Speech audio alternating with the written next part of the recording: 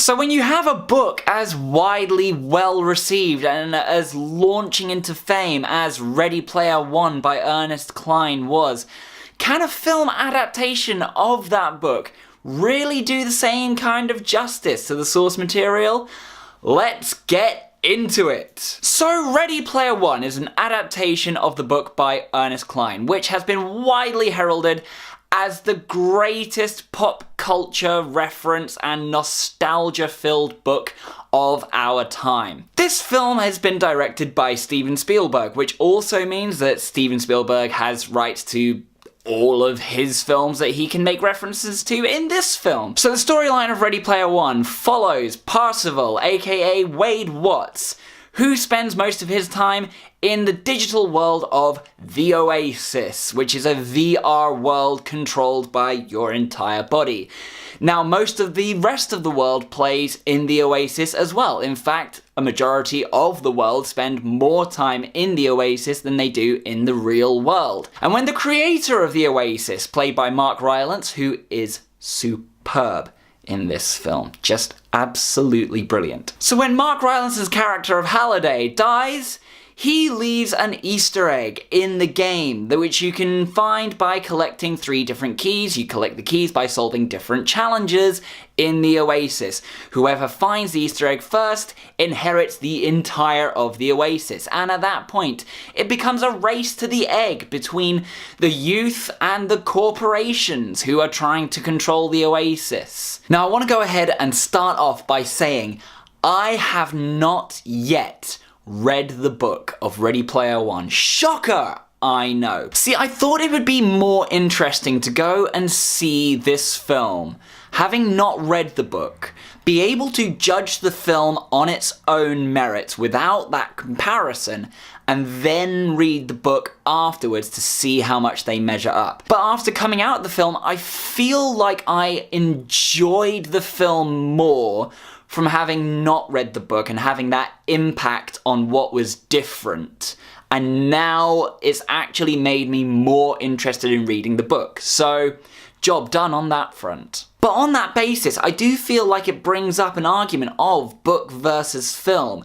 And they are 2 entirely separate mediums. Film is incredibly visual, and you can't really tell the exact same story from a book in that medium. In this context, Ready Player One actually plays out a lot more like an action film, and I feel like the book might not be quite as action-oriented as the film was. This is actually really well represented in a scene in Ready Player One, where we follow them walking into a scene from The Shining, and how that's actually one of the ways of getting one of the keys. And they actually say that Stephen King wasn't a fan of the film because of how different it was from the book that he wrote, even though it is widely regarded as one of the best horror films of all time. So that's just a parallel to draw there. I mean, the fact that Ernest Cline, who wrote the book, actually had a hand in writing this script does make it a little more palpable, and you can tell that there are elements that he's lifted from his own book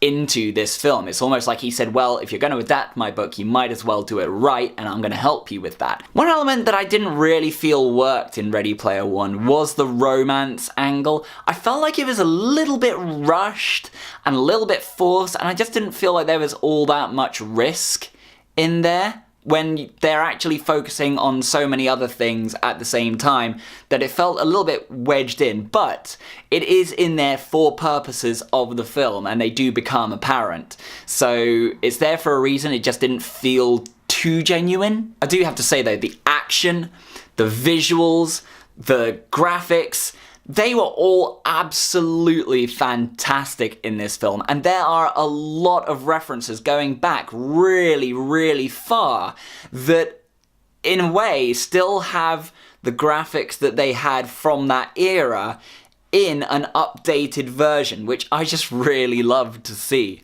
And it's great because you can tell that their avatars are very computer generated, like they don't look like they are part of the real world, but that's because they're not part of the real world. And after a while, you buy into that and you realize that actually what you're watching is a realistic representation of what it would be like in a VR world, which was really clever. And without spoiling too much, there is a battle scene at the end that you kind of get a little bit of a glimpse of in the trailers that is just full of references, and you could hear everyone in the audience picking out different bits because there were different bits that meant things to different people. So you don't have to be a fan of everything in there, but if you're a fan of some things, those things will stand out to you and you will be happy that you've seen them. There are just so many references in this film. It's like a little bit of a recall exercise,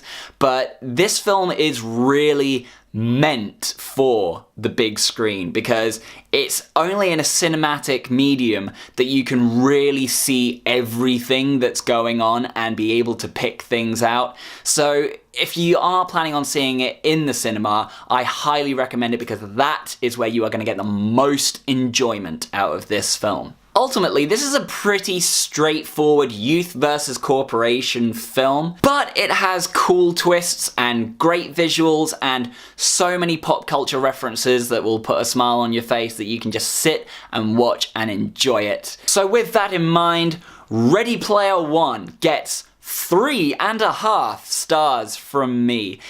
It's full of just so many geeky pop culture references that you can't help but enjoy it. It's not the most deep and compelling storyline in the world, and there are certain points that you go, well, they've solved the challenge by doing this, and I would have thought someone would have tried that already.